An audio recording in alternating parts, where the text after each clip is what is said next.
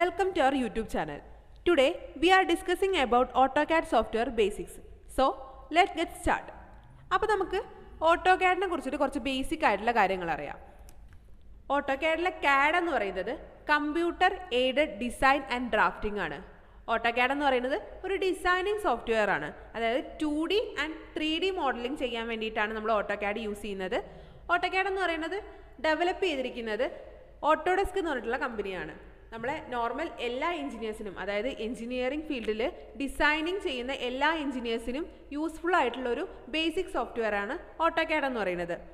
ഓട്ടോകാഡിൻ്റെ ഒരുപാട് അപ്ഡേഷൻസ് ഇപ്പോൾ ഇറങ്ങിയിട്ടുണ്ടെങ്കിലും ഏറ്റവും ലേറ്റസ്റ്റ് ആയിട്ട് ഇറങ്ങിയിട്ടുള്ള അപ്ഡേഷനാണ് 2024 വേർഷൻ.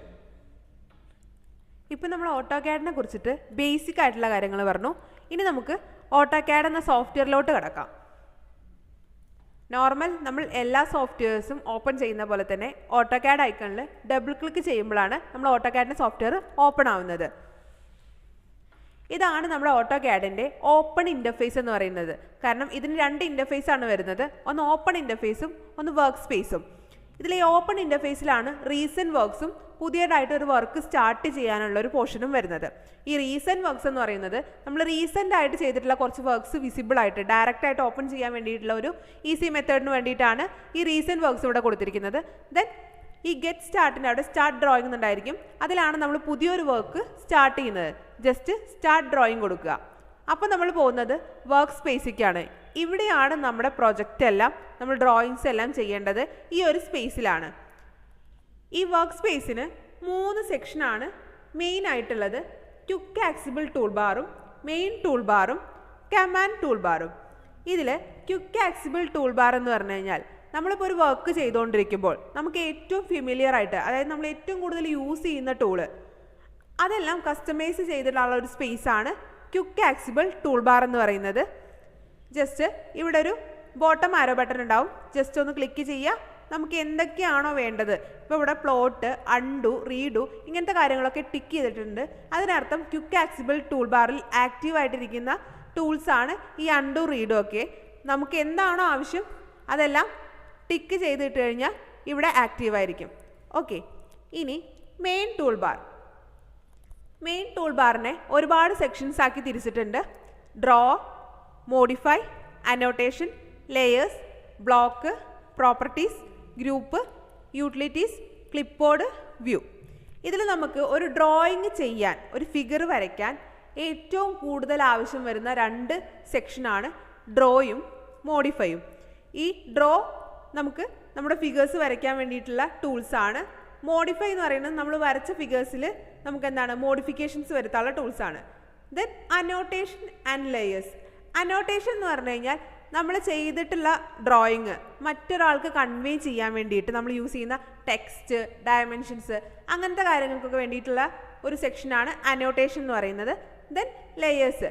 ലേയേഴ്സ് എന്ന് പറഞ്ഞു കഴിഞ്ഞാൽ നമുക്ക് ഓരോന്നും ഓരോ പാക്കേജ് ആക്കാനുള്ളത്. നമ്മൾ ഡീറ്റെയിൽ ആയിട്ട് ക്ലാസ് പറയുമ്പോൾ എല്ലാം ഡീറ്റെയിൽ ആയിട്ട് എക്സ്പ്ലെയിൻ ചെയ്യുന്നതാണ്. ജസ്റ്റ് ലേയേഴ്സ് ഒന്ന് മനസ്സിലാക്കി വയ്ക്കുക, അത്രയേ ഉള്ളൂ.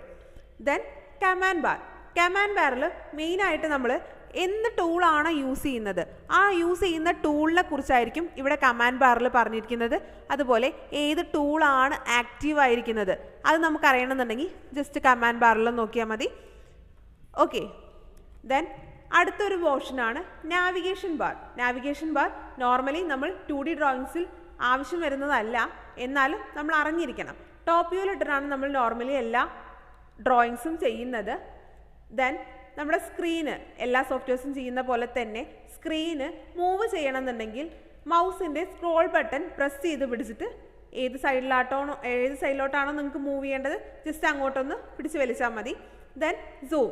സ്ക്രോൾ ബട്ടൺ ജസ്റ്റ് സ്ക്രോൾ ചെയ്യുക മുകളിലേക്കും ബോട്ടത്തിലേക്കും. സൂമും സൂം ഔട്ട് ആവുന്നതാണ്. നെക്സ്റ്റ് വരുന്നത് ഇവിടെ വരുന്ന ഈ ടോപ്പ് 2D വയർ ഫ്രെയിം. ഈ ടോപ്പ് എന്ന് പറയുന്നത് നമ്മളിപ്പോൾ ഈ നാവിഗേഷൻ ബാറിൽ എന്താണോ ഇട്ടിരിക്കുന്നത്, ഇപ്പോൾ ടോപ്പ് ആണെങ്കിൽ ടോപ്പ്, ബോട്ടം ആണെങ്കിൽ ബോട്ടം, അങ്ങനെ കാണിക്കുന്നതാണ് ഇവിടെ ടോപ്പ് എന്ന് പറഞ്ഞിട്ടുള്ളത്. Then 2D wire frame. നമ്മൾ വരയ്ക്കുന്ന ഡ്രോയിങ് ഏത് മോഡിലാണെന്നാണ് കാണിക്കുന്നത്. നമ്മൾ വരയ്ക്കുന്നപ്പോൾ നമ്മളൊരു പ്ലാൻ വരയ്ക്കുകയാണെന്നുണ്ടെങ്കിൽ നോർമലി അങ്ങനത്തെ ഡ്രോയിങ്സ് എല്ലാം ചെയ്യുന്നത് 2D വയർ ഫ്രെയിമിൽ തന്നെയാണ്. ഓക്കെ, ഇനി നമുക്കൊരു പുതിയ ഫയല്, പുതിയൊരു ഡ്രോയിങ് സ്റ്റാർട്ട് ചെയ്യണമെന്നുണ്ടെങ്കിൽ ജസ്റ്റ് ഒരു സ്റ്റാർട്ട് എന്ന് പറഞ്ഞ ഓപ്ഷൻ വന്നു കഴിഞ്ഞാൽ നമ്മൾ നോർമലി നമ്മുടെ വർക്ക് സ്പേസിലേക്ക് തന്നെയാണ്, അതായത് നമ്മൾ ആ ഓപ്പൺ ഇൻ്റർഫേസിലേക്ക് തന്നെയാണ് റിട്ടേൺ പോകുന്നത്. ഈ ഡ്രോയിങ് 1 എന്നുണ്ടെങ്കിൽ നമ്മളിപ്പോൾ ചെയ്തുകൊണ്ടിരിക്കുന്ന വർക്കായിരുന്നു, ഡയറക്റ്റ് അവിടെ പോയിട്ട് ആ ഡ്രോയിങ്ങിക്കും പോവാം. ഇനി ഡ്രോയിങ് 1 എന്നുള്ള പ്രോജക്റ്റ് നമ്മൾ ക്ലോസ് ചെയ്യാണ്ട് പുതിയൊരു ഡ്രോയിങ് നമ്മൾ സ്റ്റാർട്ട് ചെയ്യുകയാണെന്നുണ്ടെങ്കിൽ ജസ്റ്റ് ഇവിടെ ഒരു പ്ലസ് ഐക്കൺ കാണും. ജസ്റ്റ് ഈ പ്ലസിൻ്റെ അവിടെ ഒന്ന് ക്ലിക്ക് ചെയ്ത് കഴിഞ്ഞാൽ പുതിയൊരു ഡ്രോയിങ് സ്റ്റാർട്ടാവും. അപ്പോൾ നമ്മൾ റീസെൻ്റായിട്ട് ചെയ്തുകൊണ്ടിരുന്ന ഡ്രോയിങ്ങും പുതിയ ഡ്രോയിങ്ങും അറ്റ് എ ടൈം നമ്മുടെ സ്ക്രീനിൽ വിസിബിൾ ആയിരിക്കും. ഓക്കെ, നെക്സ്റ്റ് നമുക്ക് പറയാനുള്ളത് ഈ മോഡൽസ് ആണ്. മോഡൽസ് എന്ന് പറഞ്ഞു കഴിഞ്ഞാൽ നമുക്ക് ഡ്രോയിങ് ചെയ്യാൻ ആവശ്യമായിട്ടുള്ള കുറച്ച് കാര്യങ്ങളാണ് ഈ മോഡൽസ് എന്ന് പറയുന്നത്. അതിൽ ഒന്നാണ് ഗ്രിഡ് എന്ന് പറയുന്നത്. ഗ്രിഡ് മോഡ് എന്ന് പറഞ്ഞു കഴിഞ്ഞാൽ നമ്മളിപ്പോൾ ഈ വർക്ക് സ്പേസിൽ കുറേ ലൈൻസ് കാണുന്നുണ്ടായിരിക്കും, ഇതിനെയാണ് ഗ്രിഡ് എന്ന് പറയുന്നത്. ഇത് നമുക്ക് ജസ്റ്റ് ഒരു റെഫറൻസിന് വേണ്ടിയിട്ടാണ്, ഇട്ടിട്ടേ വരയ്ക്കാൻ പാടുള്ളൂ എന്നൊന്നുമില്ല. നമുക്ക് എന്താണ് നമുക്ക് കംഫർട്ടായി തോന്നുന്നത്, ഗ്രിഡ് ലൈൻസ് ഇട്ടിട്ടും വരയ്ക്കാം, ഇല്ലാണ്ടെയും വരയ്ക്കാം. ഈ ബ്ലൂ കളറിൽ ആണ് ഇവിടെ കിടക്കുന്നതെന്നുണ്ടെങ്കിൽ ഗ്രിഡ് ലൈൻസ് ഓൺ ആണെന്നാണ് അർത്ഥം.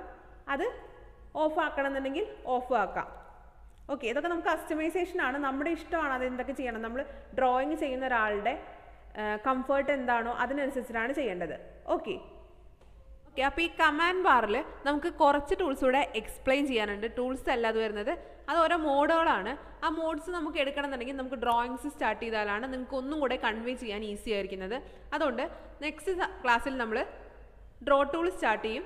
അപ്പോൾ നമുക്ക് ബാക്കിയുള്ളത് കൂടെ എക്സ്പ്ലെയിൻ ചെയ്യാം. Thank you for watching. See you with the next video.